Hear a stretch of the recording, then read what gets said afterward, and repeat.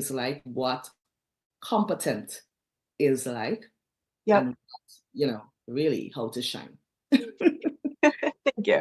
So, yeah, so I just want to just ask that, not just a follow-up question, really. What are the specific strategies or practices you have found effective in building, I would say, resiliency within your team or within the organization? So more than you this time, if you. Yeah. So, building that resiliency within the organization or within my team, it's about not only understanding your own leadership and communication styles, but it's about, being able to look at each individual contributor on your team, or each manager on your team, and understand their motivations, their learning styles, and adapt your teaching styles or your mentorship styles to kind of meet their needs, as opposed to expecting them to adapt to you. Yes. And so, that when you meet people kind of on their terms, they're more likely to respond. They're more likely to find that motivation to achieve and to perform above expectations in their role, and to develop that resiliency, like keep showing up, and to speak up and to have an opinion, and be comfortable presenting that opinion, or providing an alternate opinion to what I may say the company needs or the group needs. And then that's applying it. You take that and you also apply that to your peers, your executive team, and how you work. So it's taking that understanding of what people's motivations and styles are. And I'm not saying you adapt to everyone. Like, you still need to remain kind of who you are authentically, but like having that perspective of Mm-hmm. I may need to adapt my style in order to be effective, and have my voice heard in this room. Absolutely right. And the only way, Understanding your audience. yes, and the only way you can do that is when you really understand that it's not about you as a leader, Yeah. it's the needs of others. So Yeah. you're, you know, being sensitive to that. At the Yep. same time, you're keeping, streamlined as possible, your positions, so that there will be no, biases or Yes. one person's thought processes really Yep. skewing, how you do run your business unit. And Yep. so, just being fair and objective. So that's brilliant. Thank you. Yeah.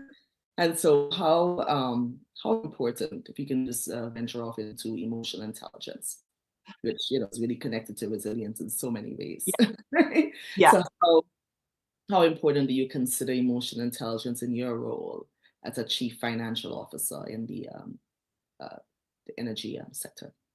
Very. I mean, you have to have that emotional intelligence when you're managing any type of team. Um,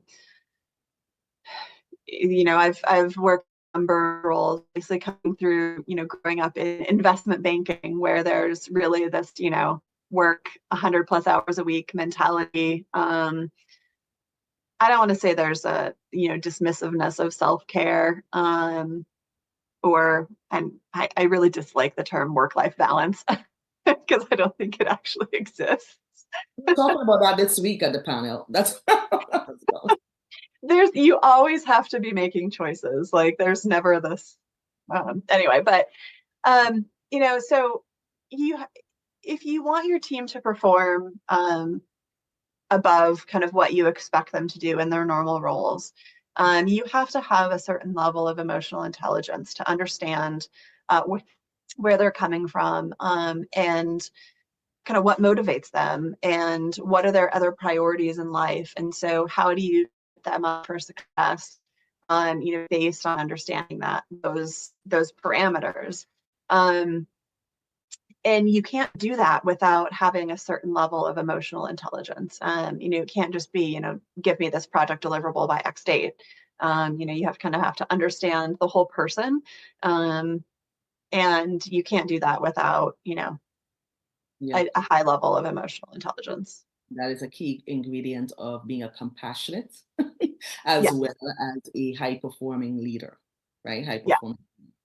And so, which is very much connected to being a resilient leader, yes. all encompassing. Correct. So I would Correct. say that's a phenomenal job in terms of really understanding the position of the person you're asking a deliverable of, right? And then when people notice that you're considering them Yeah, in your decision making or in terms of, meeting deadlines and so forth, they tend to give more of themselves exactly.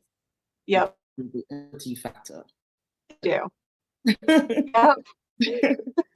So it's a beautiful thing because I mean it's not only about identifying, understanding your emotions as a leader, but understanding and identifying and regulating your emotions, mind you. That's Yeah. key. Identifying and understanding the emotions of others, and so Yeah. that you say win friends and influence, like the book. Right. Yeah. Yeah. You can't do that otherwise. So I'm Yeah. I'm really happy. It's a big deal. This is a big deal for me. A huge And compliment in leadership. yeah. When you're One of the, oh, able- sorry. No, go ahead. You go ahead. I was gonna say one of the biggest lessons I learned in terms of leadership, kind of where I am today is actually in investment banking, you work on deal teams where, you work for a particular MD or director. But when you're actually affecting a transaction, especially when you're at the associate or the VP level, you're working with a number of different deal teams who all have different reporting structures. So, your product group reports to a different MD, and so you really have to find common ground across the team in order to make sure that like the project is moving forward. When you don't have that direct like hierarchical relationship to say, okay, if you don't do this, if you don't give me this deliverable by X date, there's I can enforce consequences. It's you have to generate buy-in, across the organization. And I think a lot of people tend to rely on reporting structures for that buy-in, and you're not going to be effective as a leader if that's how you're relying on getting things done. You really need to be able to foster relationships across the organization and foster that teamwork. Yes, and to me, how I see that is that then you're operating at a tactical level as a leader. You're not Yes. strategic, and being an executive or high level senior leader calls for strategy. And Yeah. strategy means knowing how to, engage and get something from a party or a team member Yep. without having to, have that hierarchy chain or Right. something for people. That's just not going to work. And then you don't get respect that way. Yeah. Absolutely. Correct. Yeah, Correct. so I 100% Yeah. agree with that. And then, of course, what specific skills or competencies, if you just had to name them, related to emotional intelligence, do you believe are crucial for success at the executive level? I mean, I guess Uh, besides active listening, are there any? yes. I mean, we've talked about quite a few of these, and it all kind of comes down to that, like um, adaptability, curiosity, um, willingness to take risks. I guess these aren't necessary. I guess some of these are skill sets. Some of these are personality traits that I'm listing. Um, but yeah, that compassion, understanding, um, those all kind of come together into that emotional resiliency Yes. umbrella, Yes. I So would I think. just want to add one thing in terms of being able to sense or feel the room, right? Yeah, It's being able to read those yeah, nonverbal cues. That's important. exactly. The body language, even to the shoulders and your face and everything. Yeah, yes. Dictate the outcome you're gonna get from the other party. Oh, exactly. Oh, way more than like the words that you say most of the time. Exactly, exactly. And so that's one of the reasons why, because of the resilience workshops that I do, we focus a lot on resilience. But I said the emotional intelligence piece, navigating difficult conversations and introducing people how to really read nonverbal cues is very, very, very Yeah. helpful. Oh, yes. And so, what have you personally engaged in any training or development programs to enhance your emotional intelligence? And if so, what specific training program has really influenced your leadership style the most? Um, I can't say that I've taken any particular trainings for it. I've had various corporate trainings on leadership, I think throughout business school and post business school life, but I don't recall doing any that are particularly related to developing your emotional intelligence. Mhm. Um, I can say that, I've had a number of roles. I shouldn't say number. I've had a very recent role where I had to be the one to have very hard conversations on an almost daily basis.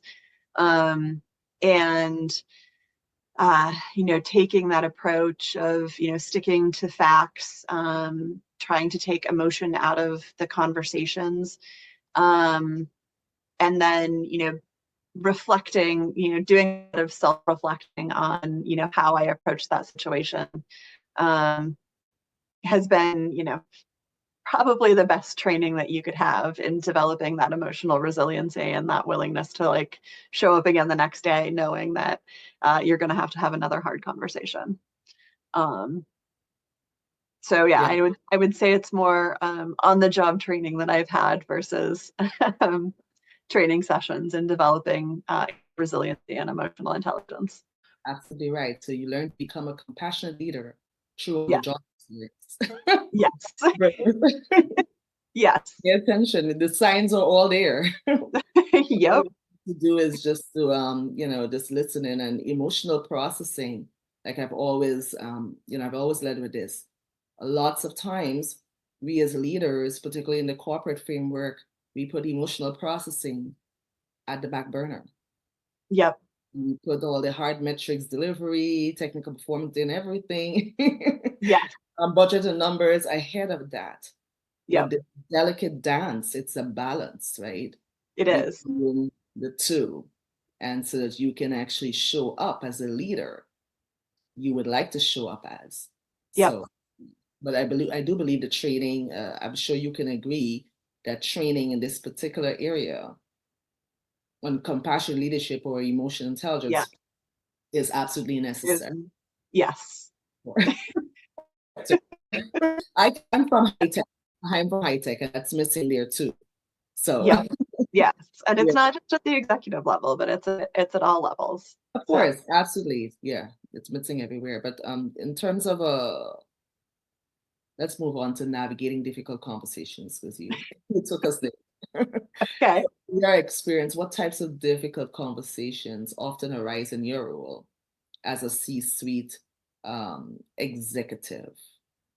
And so, what have you done to really navigate those challenging conversations and really maintain positive relationships and achieve desired outcomes? I know it's a long question, but of Yeah. So, I have to say, sitting in a CFO role, I can't provide a lot of detail around, course, difficult conversations that I've had to have, yeah, but in broad strokes, you can probably guess that a lot of those conversations or difficult conversations have to do with the financial position of the company and what is being communicated to external stakeholders and internal stakeholders.